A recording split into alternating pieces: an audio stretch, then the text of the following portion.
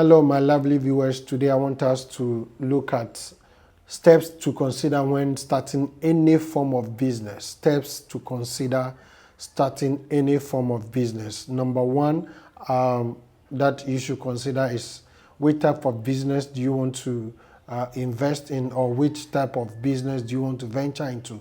We have two types of business that you can venture into. Number one is manufacturing business, which is manufacturing a product. It could be in a form of food, or it could be in a form of a product, electronic gadget, or any form. So that is product manufacturing. Then we have the service-based business, providing service for people. It could be going to people's houses to lawn their lawn for them, or their green grass, cleaning window, laundry, barbering, any form that is service based.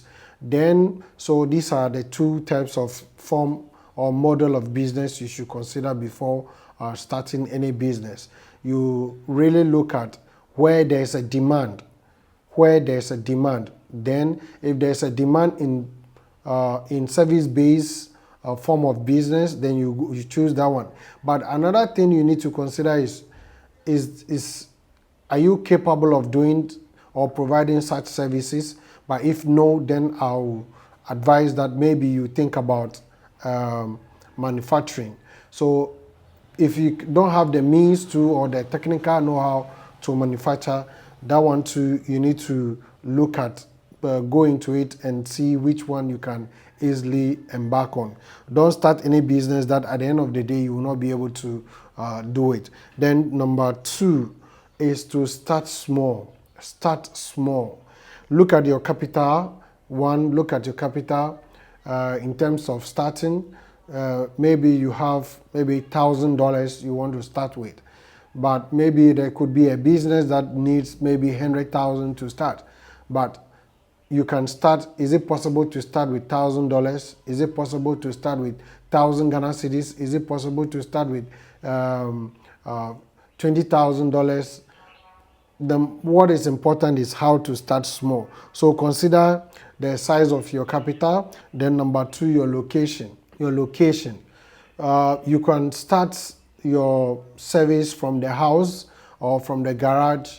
Most big tech companies that we are seeing today, like for example Apple, they started from the garage, but today look at where they are now. So you can also start small from where you are. You can even start now with technology. You can start your business on a phone. So meaning that you can start from somewhere before you end up in a big, let's say, structure or an office-based kind of business. Then you need to also look at your labor. As you are starting small, how many people do you need to start that business with? Do you need 100 people? Do you need 2,000 people? Do you need one person? Or do you have to start yourself? You becoming the CEO, the secretary, the treasurer, or the accountant, everything, the laborer. So look at how small you are starting. Then another step, number three, that I want us to look at is that in starting the business, you are going to definitely make a mistake. So do not be afraid to fail. Do not be so scared that, look, your money has burned out. You are going to make a mistake and learn from it and keep on moving. And don't be stagnant. Keep moving. Today you have made a mistake, but ask question of how do I improve upon this product, or how do I provide this service the next time in a better form or in a better way? How do I make meet my clients' demands or their requests? Because maybe you made a mistake in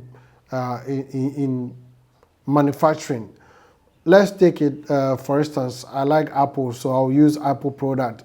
When they started from somewhere, we at a point they had iPhone 14, iPhone 4, they came to iPhone 5, they keep on iPhone 6, iPhone 7, and today as we speak they have iPhone 16, which maybe this year or next year iPhone 17 might come.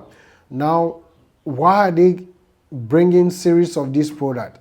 Is because day in and day out they are looking at how best they can improve the product, how best they can provide a better service, what complaints are coming out. So they listen, they do a survey and listen to their customers, what they are saying, the feedback they are giving, so that they could improve upon the product. So these are things that you can also consider. So it's good to make a mistake. Sometimes you learn from the mistake and you move on.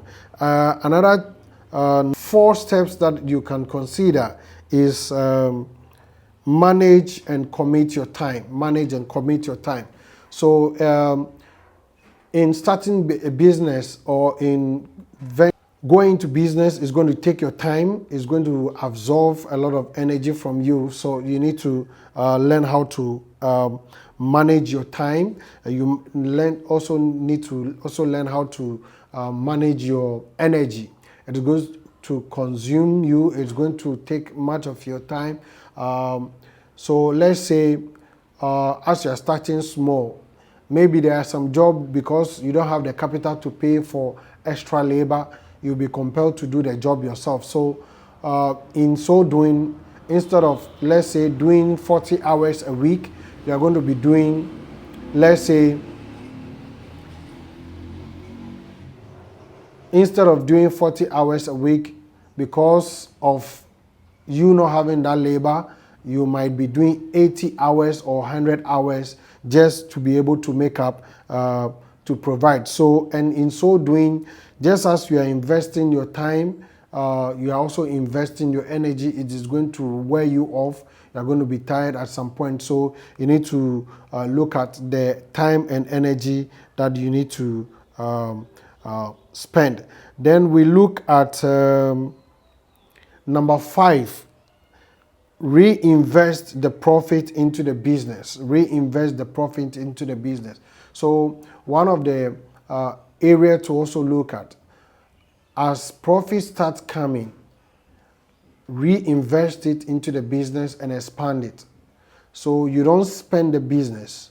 Mostly we Africans, or most Africans, as soon as the business starts making a little profit, we begin to think that, oh, okay, I have to spend it. No. Then from the small improvement that has come, they want to buy a car, they want to go on long-term vacation. So these are some of the things you need to consider. You have to reinvest the profits to expand the business. So look at the expansion and look at sustainability. Now, are you able to catch up with the latest trend?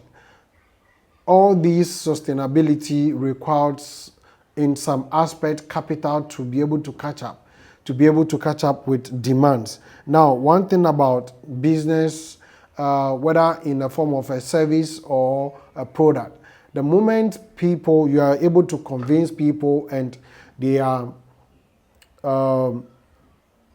they are demanding for that type of product or service, are you able to get more raw material to be able to meet their demand, or to process, or to be able to provide that service? So you need to be able to consider sustainability. Then another aspect is, as you are expanding, you need to think about how to pass it on. Whom are you training? Your children. And most we Africans, what we do is that instead of the business that we are doing, the job that we are doing that puts money into our pocket or putting food on our table, we don't like teaching our children. We tend to be like, okay, go to school, get a better job than me. Why am I saying this? A typical example, like a trader. You are a trader, you are into business, you are selling you are selling product, or you are selling goods. Now, teach your children how to sell. It is a skill. How to sell is a skill. Teach them how to sell. If you don't teach them, they will finish school, and if they are not gainfully employed, they will be struggling to start business. So the business that you're doing, teach them. It doesn't matter what form, any business, whether service-based or product-based. Teach your children, pass it on to them so that they can be able to do something when you are not there. Then another lastly, I want to say is that never stop learning about the business that you are into. Keep on learning, keep on improving. One big mistake Nokia made was that they failed to learn, they failed to adjust, they failed to improve because they thought they were on top of the market. As at those times when they said Nokia phones, look, you love to have Nokia phones, but today where are they? Is because they thought they were in control fully. As every 3 weeks, every 3 months, new technologies are coming. People are trying new things just to kick other people, other businesses off the market or other product on the market. So if you are service-based or product-based manufacturing business, you need to think about how best you can catch up with the market, be able to provide the best product that people can buy or people are demanding for. Then another thing you need to consider is your customer, and never stop learning about your customers. What do they want? What feedback are they giving you? So these are things that you need to really consider. Then lastly, mode of business changes as time goes on. So maybe today we can be doing this business in this form, but that doesn't mean that in the next 5 years that same model is going to be existing. So you need to think about which business model, how to improve upon your business model so that you'll be able to maintain yourself in the market. If you are not able to do all these things, you are going to be kicked out of the market. You yourself, you bring out services and people are no longer interested in your service or your product. So these are some few quick steps I want to discuss and show you so that you will be able to maintain yourself in the market, or you can keep yourself or stick out your head so high in the market so that everybody can see you. Okay, today if today is your first time of coming across this video, this Eyramax YouTube channel, we talk about content creation, we talk about business, startup, agriculture, we talk about tech review and tourism. So join our community and share our videos to others to also come across this content that we are creating. And if you want to volunteer and be part of our team, I look forward you sharing our video, leaving a nice comment, and subscribe to our channel if you're not part of our community. See you next time. Thank you. Bye-bye.